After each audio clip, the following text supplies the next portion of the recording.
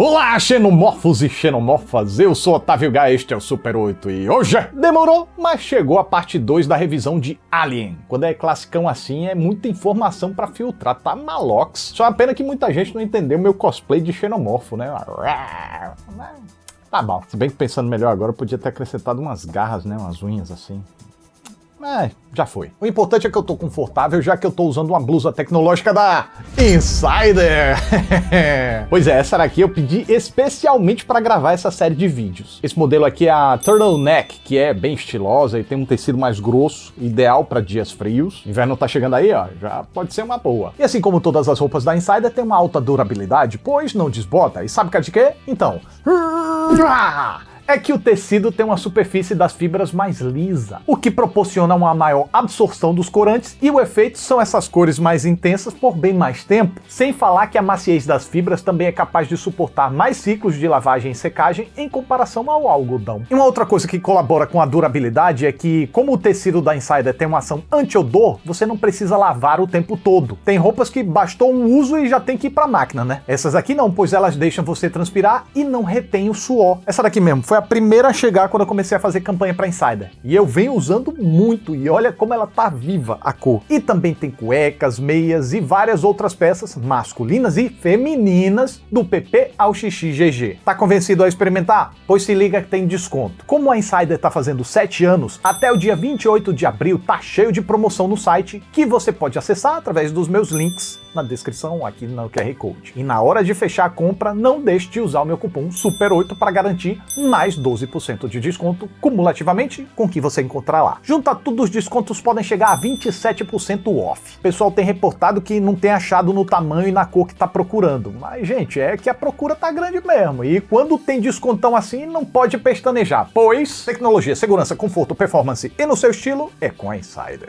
Pois bem, voltando pro assunto do vídeo, só uma recapitulação rápida. Dan O'Bannon escreveu o roteiro de Alien, o Oitavo Passageiro, com a ajuda de Ronald Shusett. Eles venderam os direitos para Brandywine Productions, cujos sócios David Giller e Walter Hill fizeram vários ajustes no texto. A Brandywine era parceira da 20th Century Fox, então a Brandywine produziu o filme e a Fox entrou com a grana. Já então fizeram um filme, deu certo, o público aprovou e ainda lá, em 1979, percebendo os primeiros sinais de êxito de Alien, o Oitavo Passageiro, os caras da Brandywine Productions queriam providenciar logo uma sequência e a Fox estava super interessada em seguir com a parceria. Só que a presidência mudou e o novo presidente não demonstrou a mesma empolgação porque julgou que seria muito caro esse projeto. Ele também achava que o sucesso do original tinha sido um acaso e que seu lucro não tinha sido suficiente para justificar uma sequência. No meio desse impasse ainda rolou uma disputa judicial entre a Brandywine e a Fox pela divisão dos lucros, e aí o tempo foi passando até que chegou 1983 e a coisa começou finalmente a andar para a realização de...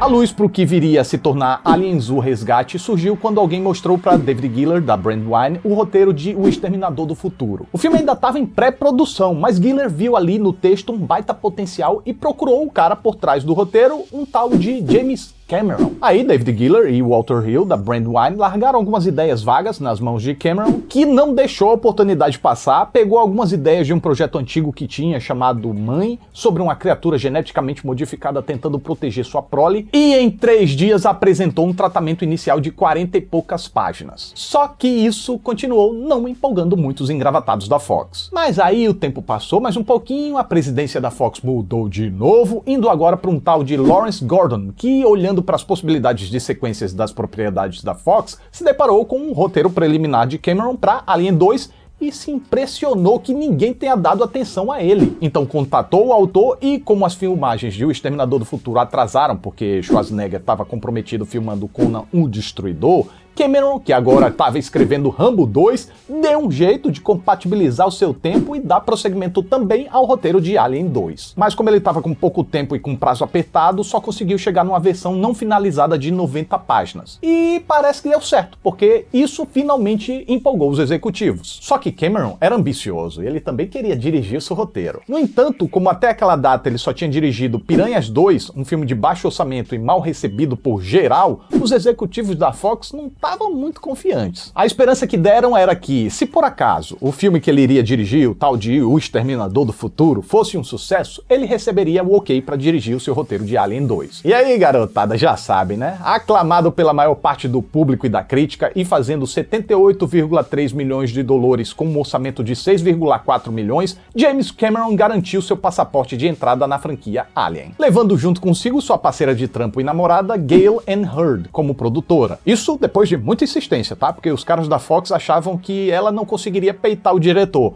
Já o Cameron assegurou que só ela conseguiria fazer isso. Cameron entregou o roteiro final de Aliens em fevereiro de 1985, horas antes de começar uma greve dos roteiristas em Hollywood. Sua inspiração para a trama foi a Guerra do Vietnã, já que essa gerou uma situação em que uma força arrogante por sua tecnologia superior se atola num ambiente estrangeiro hostil, pois seu treinamento e tecnologia são ineficazes diante das especificidades ali encontradas e diante de um inimigo muito mais determinado. Para realizar o filme, um outro novo presidente da Fox, Barry Diller, ficou preocupado ao estimar que o orçamento chegaria em cerca de 35 milhões de dólares. A produtora Gale Anne Hurd garantiu que eles conseguiriam fazer com menos, mas o presida da Fox liberou muito pouco. Aí o presidente anterior do estúdio, Lawrence Gordon, conversou com o novo. Papo vem, papo vai, acabaram se acertando quanto a isso, porque agora o chato do Diller implicou com a contratação da Sigourney Weaver, porque a essa altura do campeonato o nome da mulher tinha crescido na indústria e seu agente pediu uma remuneração que Diller, em nome da Fox, não quis pagar não. Ele até chegou a exigir que Cameron escrevesse um novo roteiro sem a presença da Ripley, o que ele negou com força. Aí nesse período, Cameron e Hurd se casaram, saíram em lua de mel, voltaram e o negócio ainda não tinha sido acertado. Só acertaram mesmo quando novamente o Gordon interveio junto ao Barry Diller. Aí a Fox acabou assinando com a atriz um contrato de $1 milhão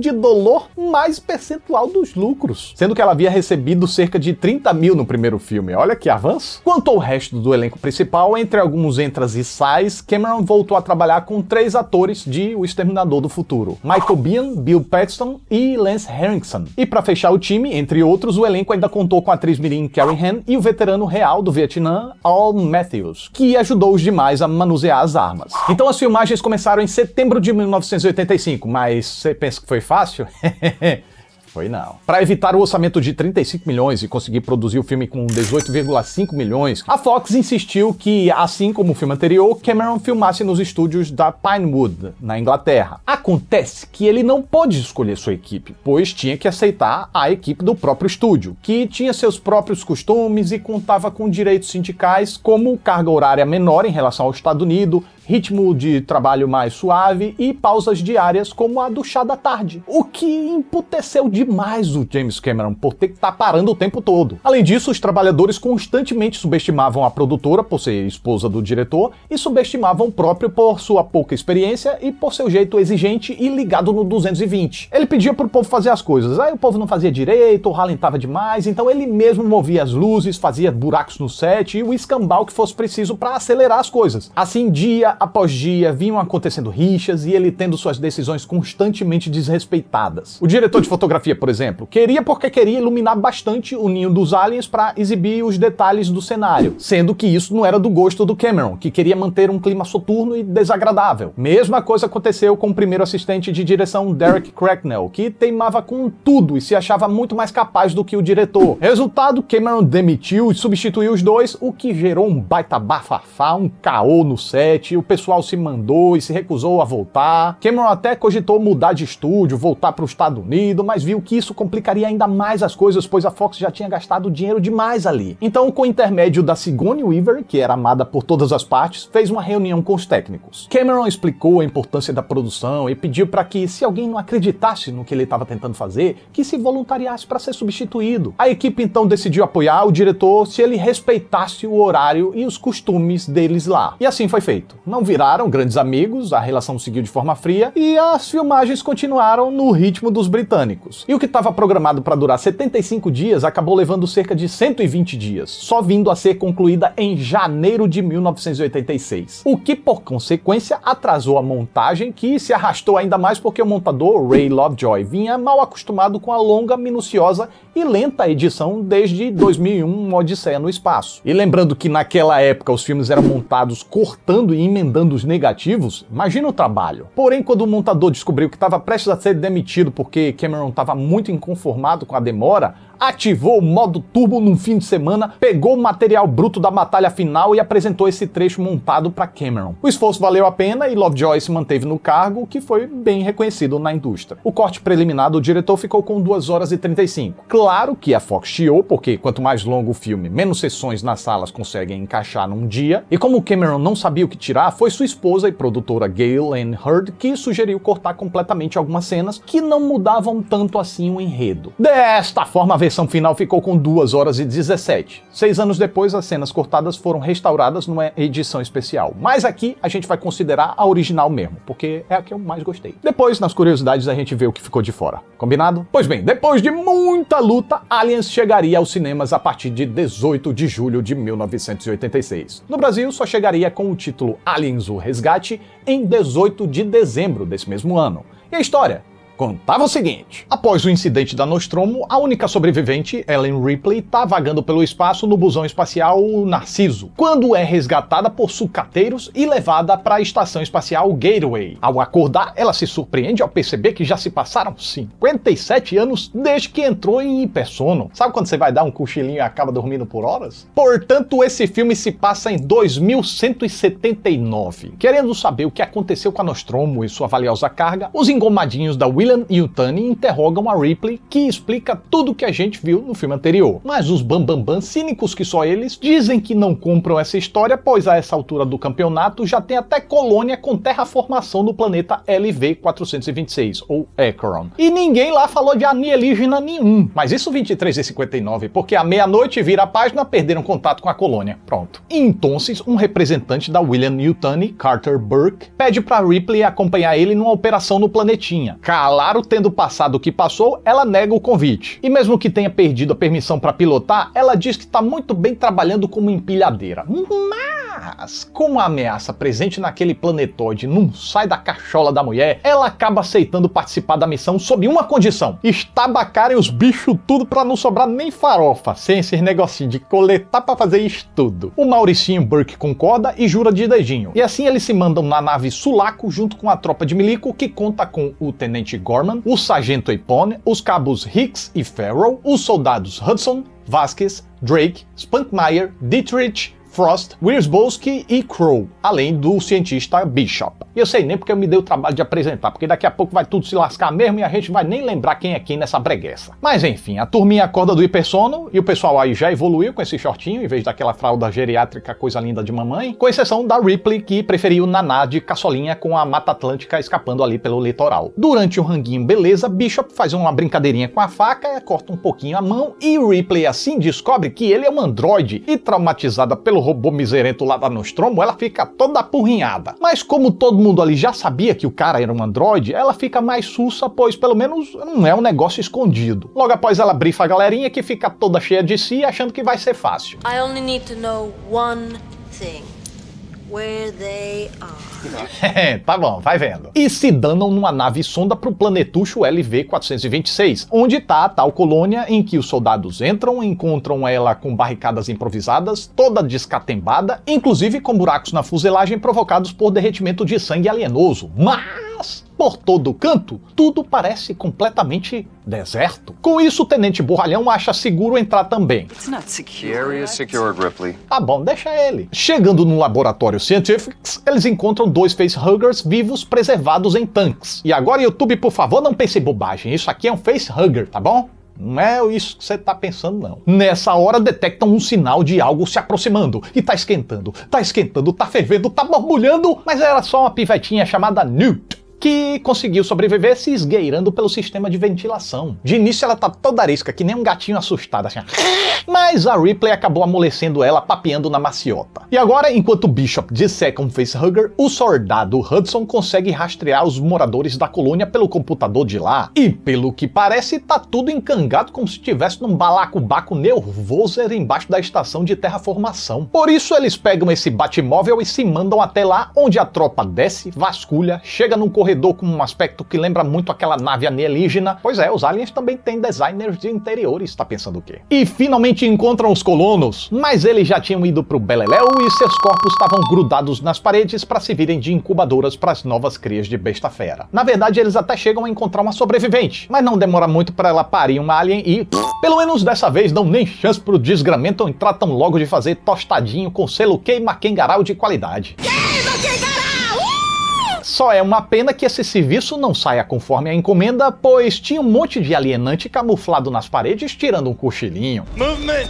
What's the position? Que tal todas? Pode atirar aí, porque pra onde quer que você atire, com certeza vai acertar um bicho. Só tem um porémzinho. Tiro aí pode dar ruim porque eles estão logo abaixo de um reator de fusão termonuclear. Por isso tentam se virar como podem com um lança-chamas, mas só fazem agada. Dietrich é agarrada por um bicho, se assusta e taca fogo no Frost. E esse foi de 0 a 100 graus em 1 segundo. Nisso a mochila dele cheia de granadas explode tudo e escatapimba o Crow junto. Where's que a gente só ouve berrando. E ainda bem que morreu logo porque nome difícil da boba de falar. E o Sargento Apone é carregado por um alien-aranha. E aí, meus amigos, sem o sargento bate o desespero, o papoco rola solto, é dedo no furico, gritaria e o tenente cagalhão fica sem saber o que fazer. Então Ripley, sangue nos olhos, assume o comando do Batmóvel e acelera alusicreisamente pra dentro da torre, onde consegue resgatar os 4 soldados sobreviventes. Quer dizer, 3, porque o Drake acabou padecendo sob o efeito de ácido alienante.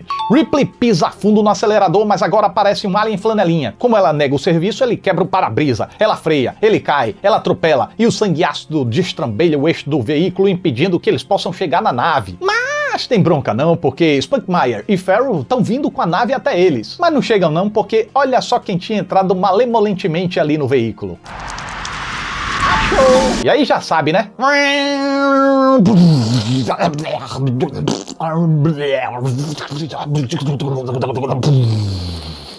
Meus Deus, e agora o que fazer? Bom, antes de qualquer coisa, eles se isolam no centro de comando da colônia e só dão as entradas tudo. Em seguida, Ripley pede pra Bishop destruir os 2 facehuggers vivos que ele estava estudando, mas ele entrega que Burke quer levar os bichos vivos. Mas como é que é? Pensa Ripley. Those 2 specimens are worth millions to the Bioweapons Division, right? Ela então confronta o engomadinho e revela algo mais, que descobriu que assim que Burke ouviu ela falar da nave com alienígenas nesse planeta, o desgramento exigiu que alguns colonos procurassem a tal nave, mas sem alertar sobre o que eles poderiam encontrar, olha que beleza. Ou seja, deu ruim com os colonos tudo porque ele queria que desse ruim. Mas o jogamento de verdade na face alheia precisa parar agora quando Bishop nota que a usina nuclear foi danificada pelos tiroteios e não deve levar mais do que 4 horas para se escatapimbar toda. Desta forma, Ripley sugere trazer remotamente uma segunda nave sonda lá da Sulaco no espaço. Só precisa que alguém saia ali do asilozinho onde eles estão para chegar num transmissor de longo alcance. Que bom que o Bishop se voluntariou e entrou pelo cano, literalmente. Ele consegue chegar no centro de transmissão, consegue acessar a nave e inicia o controle dela para ela vir até eles. Enquanto isso, a Ripley tenta tirar uma soneca dos justos com a pivetinha Newt. Todavia, ao despertar, percebe que o tanque dos facehuggers foram tombados. Ela dá um bisu no ambiente, mas parece que tá tudo...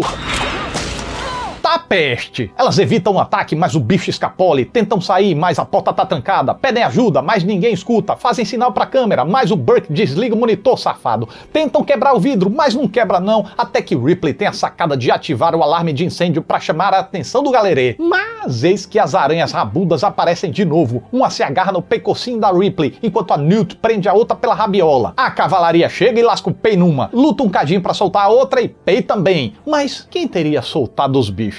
Haha, adivinha?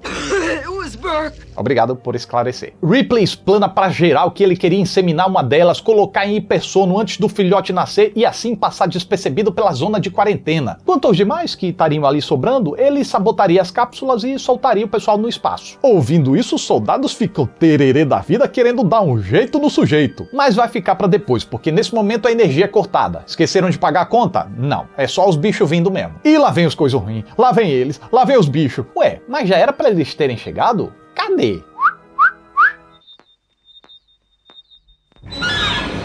E agora é chuva de bicho, o povo atira pra tudo que é canto, grita e se esgoela, aí vem um pelo chão e cata o Hudson, que finalmente deu um sossego pra gente, pois ou homem pra reclamar. Em seguida, o Burke, se achando malandrão, escapou por uma saída e trancou a porta, mas só garantia um contato imediato de graus equivalentes a um baculejo alienígena. Ripley entra pela ventilação, guiada pela pivetinha, enquanto Hicks, Gorman e Vasquez vêm atrás dando cobertura. Só é uma pena que Vasquez se distrai lascando o perepepe nos bichos, fique para trás e seja ferida. O tenente Gorman volta para ajudar, mas como ficam encurralados e sem munição, ativam uma granada e escataploft. Explosão que faz a guria se desequilibrar e escorregar pela tubulação. Porém, como a Ripley tinha dado um localizador para ela, consegue rastrear a menina. Só não conseguiu resgatar porque tinha uma grade entre elas e um alienador catou a guria antes que eles pudessem cortar a grade. Ripley e Hicks pegam um elevador onde são surpreendidos por um alienador que morre soltando ácido nas peitas do Hicks. Lá em riba, Bishop apanha eles com a nave, voam até a estação de processamento, Ripley se arma até os dentes e desce atrás da guria, pois tem convicção de que ela foi raptada e tá viva no ninho ainda. E não é que ela tem razão, rapaziada, olha só, quem diríamos. Mas tem um facehugger prestes a pei. Também tem uma catengona cósmica chegando e pei! Ela então cata a guria e chega num espaço lotado de ovo. Opa, se tem tanto ovo, quem pôs tudo isso? Olha aí a rainha alienada xenomorfa com a cloaca funcionando a todo vapor. Vendo isso, você acha que a Ripley vai deixar barato? Vai não. Bota o lança-chamas pra assar toda. Você destruiu o meu ovo! Solta mais 3 dúzias de pei nos bichos enxeridos que vieram ver o que é que tava acontecendo. E mais uma biloinha de pão na cloaca da Kinga, que fica quenga da vida, se desgruda do botador de ovo e se ruma pra cima da Ripley, que como não é boba nem nada, cata a guria de novo e se manda pro elevador. Acabou? Nem porque a alienosa subiu pelo elevador do lado. E lascou-se. A gente pensa. Mas nessa hora a nave aparece, colhe a Ripley com a pivetinha, prende, se solta e se manda deixando a Kinga Alien na explosão nuclear que destrói a birosca toda. Stupokoloft Pongstone. Ufa! A gente pensa. Porque ao desembarcar na Sulaco, Ripley estava agradecendo ao bicho quando...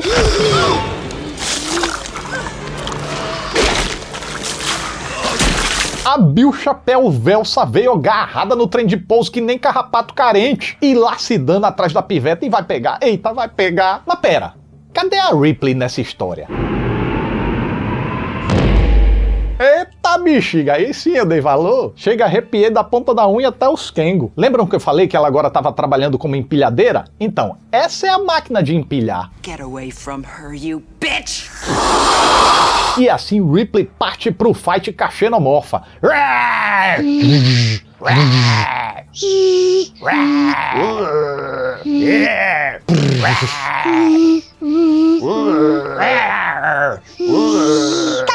Mas pera que acabou ainda não. Agora dá uma gingadinha de capoeira. Ripley abre a comporta da câmara de vácuo, garra a bicha que tenta catucar com a boca da boca, mas Ripley consegue tacar ela na câmara, é puxada junto, escapa e mesmo agarrada abre a comporta final, fazendo o vácuo sugar a bexiguenta. Bishop segura a pivetinha e Ripley vai ali se esforçando, botando os bofs pra fora pra conseguir escalar, consegue subir e fecha a câmara finalmente. Por fim, Ripley ajuda Hicks e Bishop a mimir e depois ela e Newt se deitam pra voltar pra Terra em hipersono. E agora sim, fim de filme. Este é o único filme Alien a ser rodado na proporção widescreen simples de 1,85:1. Todos os outros foram filmados em CinemaScope 2,39:1. James Cameron lamentou muito não seguir o padrão visual do primeiro filme, mas é que ele enfrentou problemas com lentes anamórficas ao fazer efeitos de fotografia em Fuga de Nova York. Que problemas foram esses? Não sei, eu perguntei, mas ele mudou de assunto. Agora, se visualmente o diretor ficou frustrado, sonoramente ele ficou bem satisfeito, mesmo que a composição da trilha tenha sido feita às pressas e meio descompensadamente. Então, lembram que as filmagens e a montagem atrasaram, né? Isso acabou fazendo com que o compositor James Horner tivesse apenas 2 semanas para fazer sua mágica. Assim, precisando fazer ajustes, o próprio Cameron fez como Ridley Scott fez no primeiro filme e saiu picotando a trilha gravada e inseriu os trechos onde achou mais apropriados. Curiosamente, Horner foi indicado ao magrelo inoxidável por esse trabalho. Mas o clima foi meio tenso com Cameron de um jeito que o Horner achou que eles nunca mais trabalhariam juntos. Porém, para sua surpresa, Cameron amou sua trilha para Coração Valente e voltou a chamar o cara para compor a trilha de Titanic, filme que deu não apenas uma, mas 2 estatuetas do carecão desnudo ao compositor, pela trilha e pela canção My Heart Will Go On, que foi performada pela Celine Dion, mas composta pelo Horner. O desenvolvimento dos cenários, adereços e efeitos especiais começou em maio de 1985 com uma equipe de 40 pessoas no Stan Winston Studio. Cameron evitou trabalhar com o pessoal do primeiro filme por temer que eles teriam apego demais ao que foi feito previamente, mas abriu uma exceção para o designer conceitual Ron Cobb, que projetou a nave sonda, o porta-tropas e o exterior da colônia. De qualquer forma, o diretor não teve muita liberdade para escolher o time, pois ele estava meio que preso à equipe do estúdio Pinewood. Felizmente, o pessoal do departamento de arte e o designer de produção Peter Lamont foram alguns dos poucos de lá com quem Cameron realmente gostou de trabalhar. Não à toa, futuramente convidaria Lamont para trabalhar em True Lies e mais tarde Cameron ainda desaposentaria o homem para trabalhar em Titanic também, pelo qual ele ganharia um desinibido de ouro também. Mas enfim, nem tudo foram esses dois que fizeram. A nave Sulaco mesmo foi projetada pelo artista conceitual Sid Mead. Cameron não ficou muito satisfeito com o projeto inicial esférico, daí fez um esboço mais plano e desenvolveu para que Mead aperfeiçoasse a ideia com as indicações de ser uma nave feia, desgastada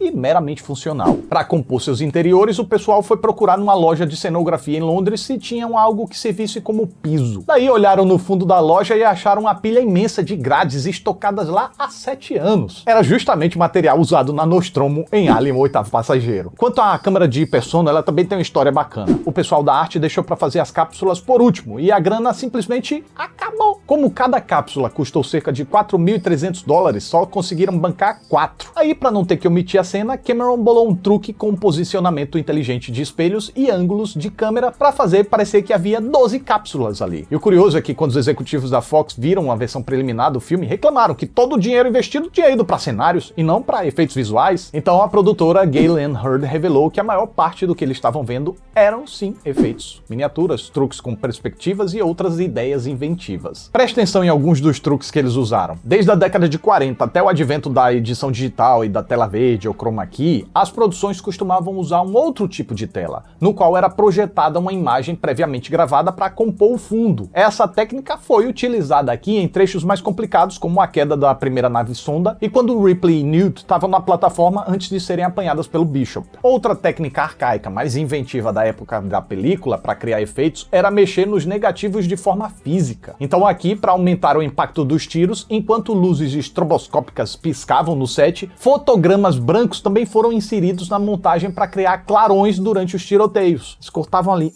um framezinho, botava ali no meio, dava aquela piscada assim, parecia que era o tiro. Enquanto isso, a empilhadeira, ou power loader, parece uma máquina elétrica, né? Mas tinha eletricidade ali não. Para dar aquele resultado, fizeram uma combinação de miniaturas com uma construção muito mais leve do que parece, que foi movida pela própria atriz com a ajuda de um dublê por trás do equipamento. Mas no fim, o negócio ficou tão convincente que muitas empresas até tentaram comprar as empilhadeiras achando se tratar de um equipamento real. Falando um pouco sobre as criaturas agora, quando a produção de Aliens, o Resgate começou, H.R. Giger, que projetou a criatura e os visuais alienígenas no original, estava trabalhando em Poltergeist 2 e por isso não foi convidado por Cameron, sendo substituído pelo artista de efeitos visuais Stan Winston. Cameron também contribuiu com alguns designs e tentou se manter fiel aos conceitos de Giger, pelo menos. Mas uma mudança significante que ele acabou fazendo por acaso foi quanto ao cocoruto das criaturas. No original eles tinham uma camada de gel ou silicone sobre a cabeça que fazia ela parecer lisa. Aí durante a construção lá, o Cameron viu as cabeças sem o gel e gostou do visual, então pediu para deixarem assim mesmo. Por isso os aliens aqui têm estrias ou cristas sobre a cabeça. Além disso, consciente de que tendo mais criaturas do que no original, ele precisaria aprimorar o visual e a forma de captar os bichos para não ficar tão na cara que eram dublês fantasiados. Então, para esconder os traços humanos, a equipe estendeu os braços dos bichos e Cameron procurou filmar as criaturas em posições menos humanas, como esse engatinhar de cabeça para baixo, por exemplo, que na verdade não estava de cabeça para baixo, né? A filmagem foi invertida. Trajes mais leves também ajudavam os dublês a se moverem mais ligeiro, a fazer estripulias, darem piruetas. Mas vários manequins de 2,4 metros também foram construídos para que ficassem em posições menos humanas, sendo controlados remotamente. Enquanto outros modelos mais simples foram feitos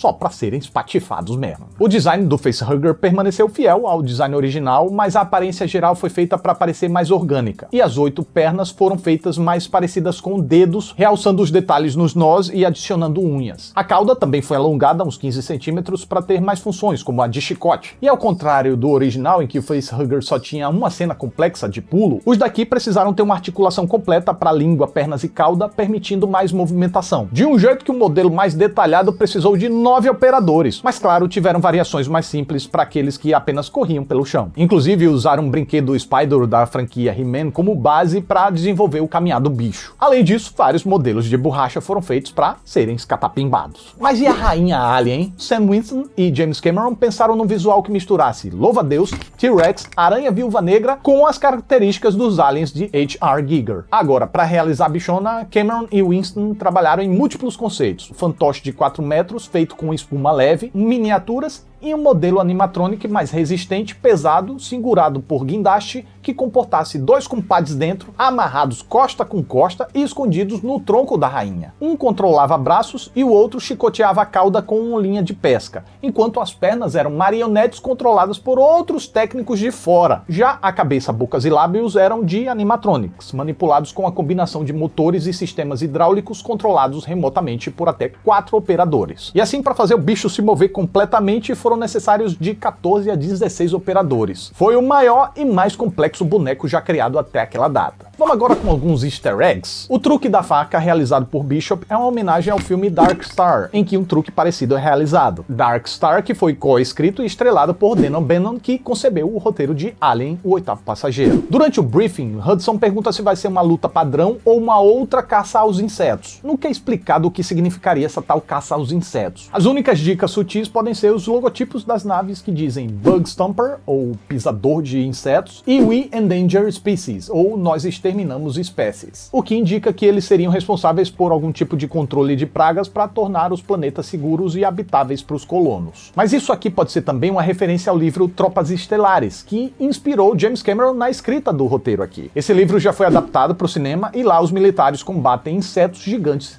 literalmente. Por algum tipo de piada interna, os personagens do Michael Biehn costumam ter a mão mordida nos filmes do James Cameron. Aconteceu em Exterminador do Futuro, aconteceu aqui e aconteceria em O Segredo do Abismo. Na cena do laboratório, logo após Ripley disparar o alarme de incêndio, tem um aparelho futurista com 3 garras. Essas garras, na verdade, são 3 brinquedos Transformers pintados de prata. Quando Ripley vai resgatar Newt e solta um sinalizador no chão, dá pra ver que ela tá usando um tênis Reebok. Pelo que eu vi, ainda dá pra achar esse modelo por uns $30. Quem ficou interessado é só procurar por Alien Stomper. Como eu havia dito, a edição especial inclui 17 minutos a 18 minutos de cenas extras. Desde coisas mais bobas, como o estabelecimento das dependências da nave Sulaco, a toda uma questão envolvendo maternidade. É que nessa versão, Ripley tinha uma filha, que teve uma vida completa e morreu idosa. Porém, enquanto estava em hipersono, a Ripley perdeu o crescimento dela, o que evidenciaria esse forte vínculo que ela desenvolveu com a garotinha Newt, reforçando e talvez até com força demais a alegoria do final que as duas mães estavam protegendo seus filhotes. Essa versão também mostra a colônia ainda em operação, com 2 funcionários se questionando por que a William Yutani pediu para vasculharem uma certa área do planeta. Essa é justamente a expedição até a nave alienígena encomendada pelo Burke, que traria a ameaça para a colônia.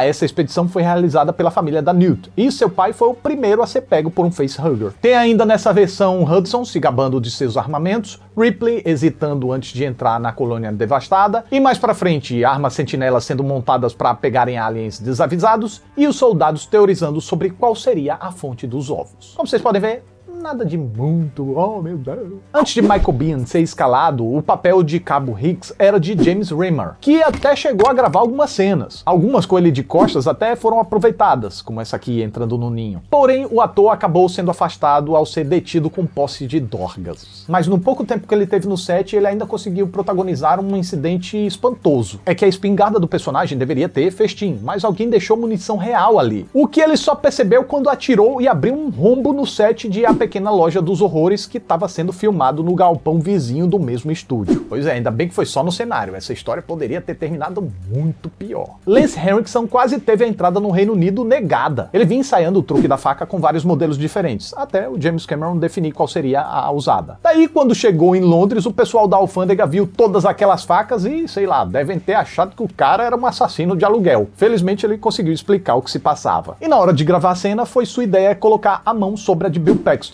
Todo mundo sabia. menos o próprio Bill Paxton. Por isso ele realmente estava se peidando durante a gravação. E ao que parece, com razão, já que numa das tentativas, Henriksen realmente acertou o dedo mindinho dele. Falando em Paxton, ele conseguiu seu papel quando encontrou o amigo James Cameron, logo após este receber a direção do filme, e brincou. Espero que você escreva um bom papel pra mim. Paxton foi chamado para fazer um teste, achou que exagerou demais, mas acabou sendo escalado como um alívio cômico, recusando assim o papel de Zed em Locademia de Polícia 2. Já pro papel de Vasquez, os produtores queriam uma mulher musculosa e ficaram impressionados com o físico atlético de Jeanette Goldstein. Só tinha um porémzinho, Vasquez era latina e Goldstein é branca, judia de ascendência russa, marroquina e brasileira. Mas como eram outras épocas, escureceram a pele da atriz com maquiagem, ela pintou o cabelo de preto e usou lente de contato castanha escura. Quanto à menininha Carrie Ann, que interpretou a Newt, ela se divertiu horrores descendo pelo duto de ventilação e estragava os takes só pra ficar repetindo a descida. Então James Cameron disse que se ela fizesse a cena direitinho, poderia brincar o quanto quisesse. Ela então fez e ele cumpriu a promessa. Fora que a pequena deu trabalho a Sigourney Weaver também. No caso, um trabalho chamado Dor nas Costas. Daí tiveram que construir uma dummy pra atriz poder carregar. Falando na Weaver, quando pegou o papel, ela fez algumas solicitações pra James Cameron, como Ripley nunca usar uma arma, fazer nheco-nheco com uma alienígena e morrer no final. Cameron recusou pra esse filme, mas ela acabou conseguindo as 3 nas sequências quando se tornou produtora também. E o contador de mortes dessa vez foi complexo, rapaziada. Considerando a versão de cinema, 13 humanos foram mostrados morrendo durante o filme, e em tese se tinha um alienígena para cada colono, tinham 150 colonos, uma não morreu, foi a Newt, então 149 aliens morreram. Se não com tiros, na explosão no final. Mas eu aqui só vi 35 tomando chumbo ou sendo espatifado, incluindo a rainha alien. Além de mais 3 facehuggers e um androide. Ah, mas o androide não morreu. Olha, quando termina o filme ele tá mais pra lá do que pra cá, e pela restauração que ele precisaria, eu acho que dá pra considerar como morte sim. Até porque eu acho que essa foi a morte de destaque do filme. Vem num momento de calmaria, vem pelas mãos da rainha alien e ainda é despedaçado, requerendo um desdobramento miserável dos magos de efeitos visuais. Pra criar a cena, um peitoral falso escondia um rabo de borracha que estava ali dentro espremido e tomava forma ao ser puxado por um fio transparente. Depois foi usado um rabo rígido para se mover um pouquinho mais ao ser puxado. Depois foi construída uma prótese, tipo aquelas facas falsas que a galera usa em fantasias. Essa prótese tinha um rabo rígido na frente e atrás ficava conectada ao fantoche da rainha. Enquanto o ator Lance Henriksen era erguido pelos pés por uma espécie de gangorra que ficou fora de quadro. Já a mutilação do Bishop foi feita com um dummy que carregava a última expressão do ator e que tinha um mecanismo de mola que separava a força a parte superior da inferior do corpo. Uma vez separados, a parte superior do corpo de Henriksen ficou escondido abaixo do piso com um torso falso preso aos ombros dele. Ah, e o sangue do androide era uma mistura de leite e iogurte, que tava até bom no início, mas depois de 3 dias de filmagem virou um terreno fértil para bactérias. Ficou azedo e mal cheiroso de um jeito que ninguém queria chegar perto do ator e até deu intoxicação alimentar nele. Pelo que ele fala, parece que foi uma noite tanto de piriri nervoso. Uma pena, porque no filme anterior tiveram uma maior precaução com água com corante. James Cameron aceitou o desafio de dar sequência ao aclamado filme de Ridley Scott e agarrou a oportunidade com todas as forças, conseguindo emplacar um novo clássico quando nem o estúdio e nem ninguém imaginou que isso fosse possível. Eles só queriam aproveitar a onda e o êxito do anterior e emplacar mais um sucesso comercial. Mas o que Cameron fez desafiando a crença de quase todo mundo foi quase um milagre. Não à toa, porque ele realmente tem um jeito exigente, minimalista, sensível e apurado, e pegou o projeto certo na hora certa, rendendo assim uma das grandes obras da ficção científica ao não simplesmente seguir os passos do antecessor, mas ao criar uma problemática nova, além. Tem aquele elemento de mais e maior típico de continuações aqui? Com certeza, mas o triunfo de Cameron foi que ele não se bastou nisso. Ele partiu disso para aprofundar o universo, diversificar os desafios e ameaças, dar um prosseguimento justo aos caminhos da Ripley e expandir seus dramas dignamente com um roteiro que combina magistralmente suspense, terror, ação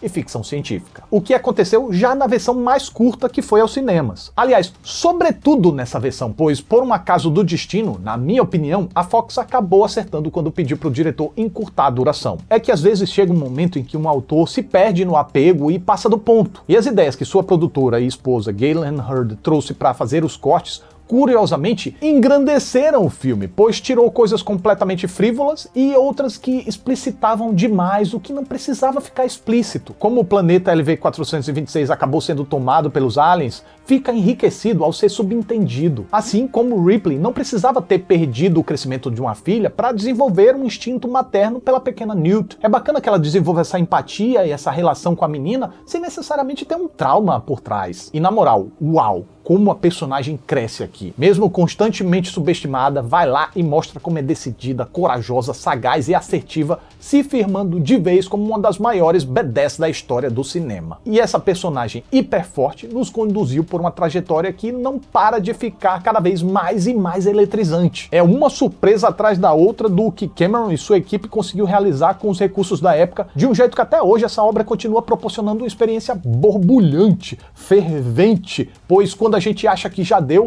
lá vem mais uma pancada e mais feitos, e mais uma pancada e mais feitos. Agora, se eu acho que esse filme perde um pouco em relação ao antecessor, é quanto aos personagens secundários. Os mais interessantes, coincidentemente, ou talvez nem tanto assim, compõem o quarteto final. Mas tirando eles, tem gente demais aqui, é difícil memorizar ou se interessar, pois não passam de arquétipos simplistas, quando não aborrecidos de tanto que só falam groselha. E gostando ou não, simpatizando ou não, os tripulantes da Nostromo acabam sendo mais marcantes do que os personagens descartáveis que Aliens o Resgate enfia só pra virarem incubadora de alien ou serem descatembados. Mas, obviamente, isso é só um risquinho nesse filme que eu creio que não apaga todo o mérito que vai de uma construção de problemática e desafios primorosos de tão intensos a uma realização não menos do que triunfal. Pois, na Morales, que construções, que efeitos sublimos temos aqui. Se Ridley Scott já tinha feito um trabalho excepcional ao esconder as características humanas do ator por trás da fantasia,